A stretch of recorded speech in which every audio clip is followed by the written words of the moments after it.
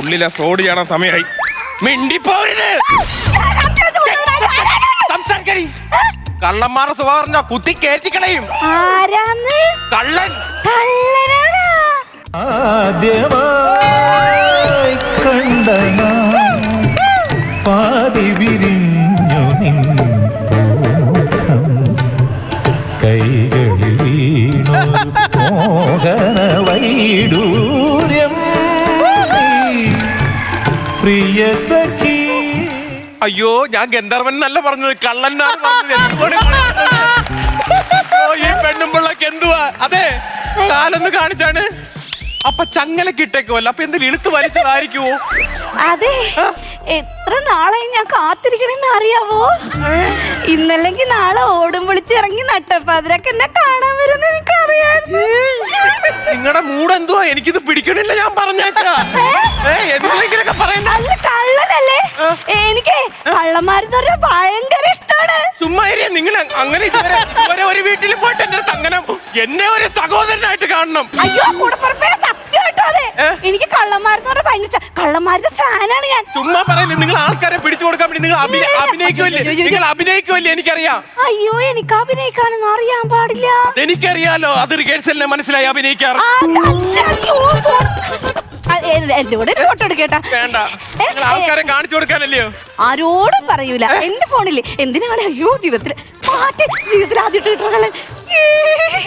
അയ്യോ ചേട്ടാ, ഞാൻ ആദ്യമായിട്ടാണ് ഇങ്ങനെ ഒരു വീട്ടിൽ ചെല്ലുമ്പോൾ ഒരു വീട്ടമ്മ എന്റെ അടുത്ത് ഇങ്ങനെ പെരുമാറുന്നത്. എനിക്ക് എന്തോ അതിശയം പോലെ തോന്നുന്നു. എന്തായാലും വന്നല്ലേ, കള്ളം ചെണ്ടിപ്പ് ഞാൻ എന്താ കൊടുക്കണ? എനിക്ക് എന്തെങ്കിലും കഴിച്ചിട്ട് പോയാ മതി. ഇവിടെ ഉണ്ട്, ചോദിക്കട്ടെ. ചോറെടുക്കട്ടെ? ചോറ് എന്നിട്ട് പോയാ മതി.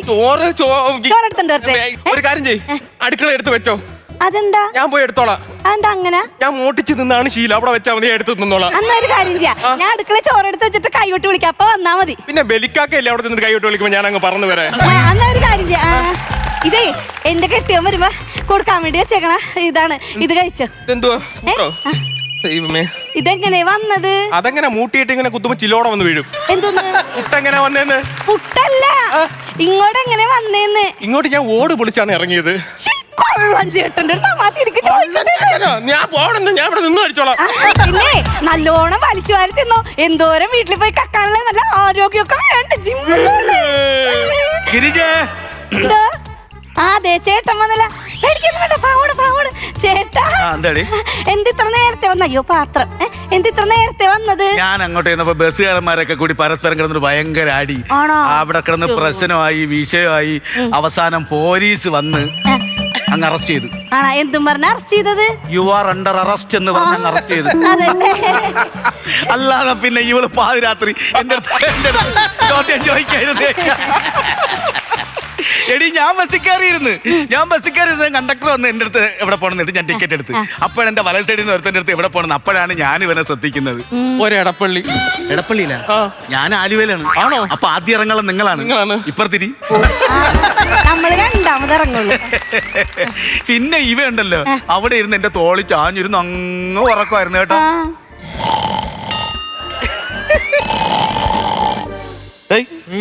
ആരാ? എടപ്പള്ളി പോണെന്ന് പറഞ്ഞ് കേറിയ ആള്. എടപ്പള്ളി പോളെ നീ എന്നിട്ട് എന്റെ വീട്ടിനകത്ത് വന്നിരിക്കുന്നത്? ഇത് വീടാണോ? പിന്നെ വീടല്ലാതെ എന്നൊരു കൂടാരോ ഇത്? ആണോ? സോറി, ഞാൻ ബസ്സാണെന്ന് കരുതി കയറിയതാണ്. എനിക്ക് നിന്നെ മനസ്സിലാവില്ല എന്ന് കരുതി. സത്യം തോടാ, ആടാ നീ?